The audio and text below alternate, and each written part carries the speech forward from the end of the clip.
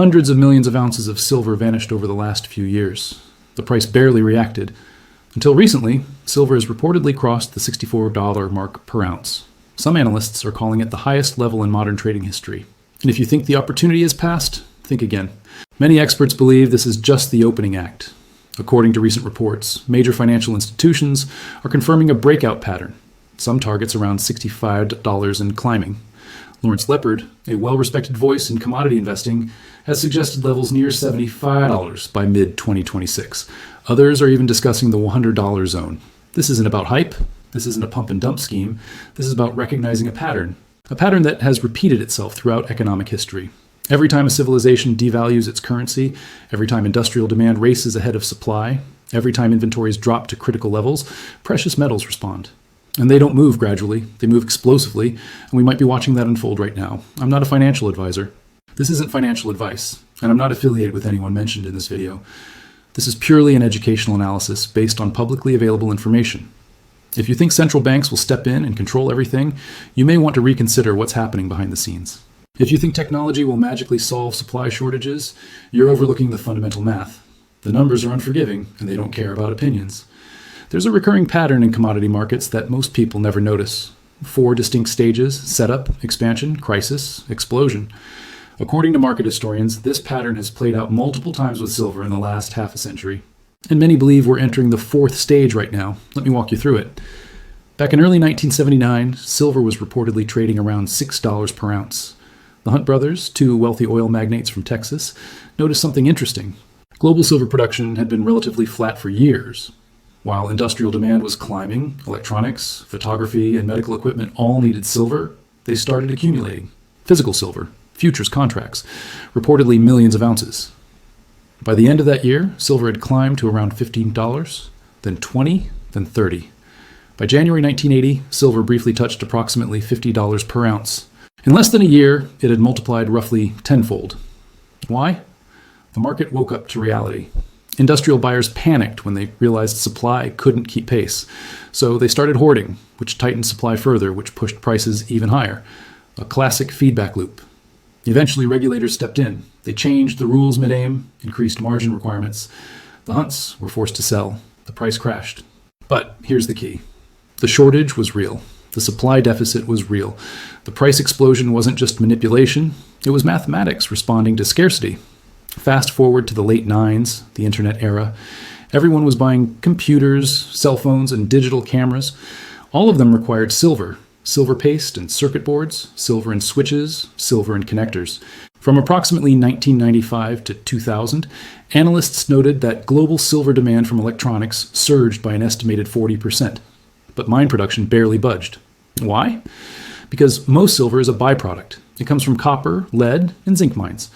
When copper prices are low, silver production naturally drops too. By 1998, according to industry reports, global inventory started falling sharply from roughly 350 million ounces down to around 200 million ounces in just 3 years. The price climbed from about $4 to $7 by 2004. Not explosive, but steady and persistent. Then came 2008, the financial crisis. Silver spiked to approximately $21. Why? Investors fled to hard assets, and they finally realized silver had been running a deficit for nearly a decade. Now we arrive at the current chapter. In 2020, COVID hit. Supply chains collapsed. Mines shut down. According to various sources, global silver production dropped by an estimated 7% from its 2016 peak. But something else started happening. Solar panels, electric vehicles, 5G networks, and AI data centers all consume significant amounts of silver.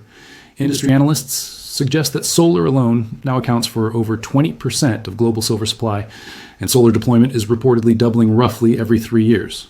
From 2021 through 2025, the market has allegedly run deficits every single year. Not small gaps, substantial ones. Some reports indicate that 2024 saw a record shortfall of around 280 million ounces, potentially the largest in history. China has announced plans to implement a silver export ban starting in 2026. India is importing record volumes. COMEX inventories have reportedly dropped to multi-year lows. Silver has climbed from approximately $18 in 2018-20 to over $60 recently. That's reportedly a 250+% increase in around 5 years. 3 cycles, 3 explosions, same pattern, same outcome, and many believe it's happening again. So where are we right now? potentially stage 4, the explosion phase. And this is where things could get interesting. As of late 2025, inventories appear to be collapsing. Reports suggest COMEX warehouses hold less than 300 million ounces, down from around 400 million just 2 years ago. LBMA vaults in London have a similar story. According to market observers, Indian premiums have reportedly hit $7 per ounce above spot price. There appears to be a physical shortage. Buyers are allegedly paying extra just to secure the metal. China's export restrictions are expected to kick in around January 2026. That potentially removes one of the world's largest producers from the global market, keeping everything domestic. ETF inflows have reportedly surged. In early December 2025 alone, silver ETFs allegedly added approximately 590 tons. iShares. Silver Trust is said to have reached its highest level since early 2021. The Federal Reserve recently cut rates by 25 basis points. Real yields dropped, the dollar weakened. Both of these factors are historically bullish for silver prices. Silver lease rates have reportedly spiked. It's becoming expensive to borrow physical silver. Why? Because there doesn't appear to be enough to go around. Industrial users are scrambling to lock in supply. The market is starting to realize this isn't a temporary blip. Many analysts believe this is structural. There may not be a quick fix. You've heard this story before. Commodities boom, then they bust. Silver hit $50 in 1980 and collapsed. It hit $49 in 2011 and collapsed.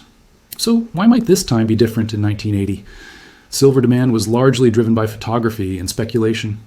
When the hunts were forced out, demand evaporated. Photography eventually became obsolete. Today's demand isn't speculative, it's industrial. Solar panels need silver, and experts say there's no economically viable substitute at scale. EVs need silver.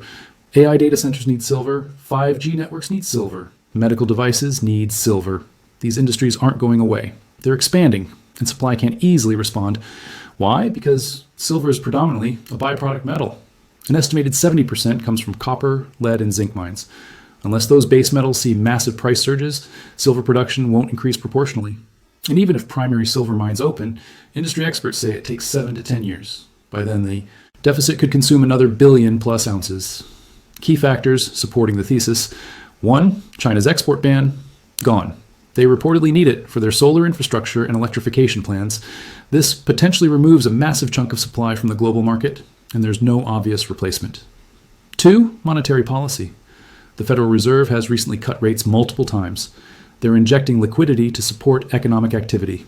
When currencies weaken, hard assets historically tend to rise. Gold, silver, commodities, it's a well-documented monetary phenomenon. And silver, unlike gold, has industrial utility, so it potentially benefits from both monetary debasement and physical scarcity. A double tailwind. 3. Mainstream awareness gap. Most investors don't own silver yet. Gold, sure. Stocks, absolutely.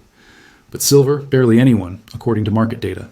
When mainstream awareness kicks in, when major financial media starts covering it extensively, when retail investors start asking about it, the buying could accelerate significantly, and there may not be enough physical silver to meet that surge in demand. Technology will find a substitute. People said this about copper, lithium, rare earths. It largely didn't happen at scale. Why? Because silver has unique properties. It has the highest electrical conductivity of any metal, the highest thermal conductivity. It's antibacterial. It's highly reflective. You can't just easily swap it out in most applications. Yes, scientists are working to reduce silver usage in solar panels, thinner pastes, alternative materials. But even if they succeed, analysts suggest it might only slow demand growth, not reverse it. Solar is just one part of silver demand. EVs, 5G, AI, medical devices are all growing. Even if solar usage drops by an estimated 10%, other sectors could pick up the slack. What about recycling? Recycling reportedly contributes around 200 million ounces per year, but it's not growing fast enough. Why? Because most silver is used in tiny dispersed amounts. Circuit boards, solar panels, medical equipment. It's expensive to recover, and most products don't get recycled until end of life. Solar panels last approximately 25 years. The panels installed in 2010 are just now entering the recycling stream.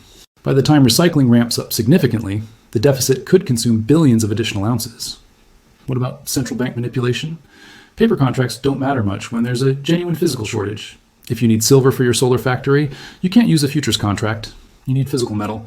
And when physical buyers start competing aggressively, the paper market can break. We saw something similar with nickel in 2022. Price controls failed. The market froze. Prices went vertical. So where could this potentially go? Here's what some analysts are suggesting. Q1 2026, $65 to $70. Some major financial institutions have targets in this range. If China's export restrictions kick in and physical tightness intensifies, ETF inflows could continue. Industrial buyers might panic and start locking in supply at any price. If silver breaks above the high 60s, some technical analysts suggest there's limited resistance until the mid 70s. Q2 2026, $70 to $80. This is reportedly Lawrence Leopard's target zone, approximately $75 by mid 2026. The reasoning? If 2026 runs another estimated 150 million ounce deficit, inventories could drop to what some consider dangerously low levels, potentially below 200 million ounces globally. That might represent less than 2 months of supply. When inventories fall that low historically, markets can break. Prices don't move in small increments. They gap. 10% moves in a day. 20% moves in a week. If mainstream media starts covering it extensively and retail investors pile in, the momentum could become self-reinforcing. Q3 to Q4 2026, $80 to $100 or potentially higher. If solar deployment continues at current rates, some forecasts suggest 2027 demand could approach 800 million ounces. Supply, perhaps around 850 million ounces if recycling increases. That's a razor-thin margin. Any disruption, any mine closure, any additional industrial demand, and the market could enter crisis mode. Some analysts at institutions like BNP Paribas and Solomon Global have reportedly discussed 100 targets by end of 2026. Technical analyst Michael Oliver, his momentum systems have suggested even higher levels could be possible. Some have mentioned ranges of $150 to $200 if the breakout accelerates dramatically. Is that realistic? Well, if silver reaches $100, that would represent approximately a 58% increase from current levels. Gold climbed from around $800 to approximately $2,700 over 2 years. That's about a 50% increase. And gold doesn't have the same supply deficit situation that silver reportedly has. So what could you potentially do with this information? Here are 3 common approaches investors consider. 1. Physical silver coins, bars held outside the traditional banking system.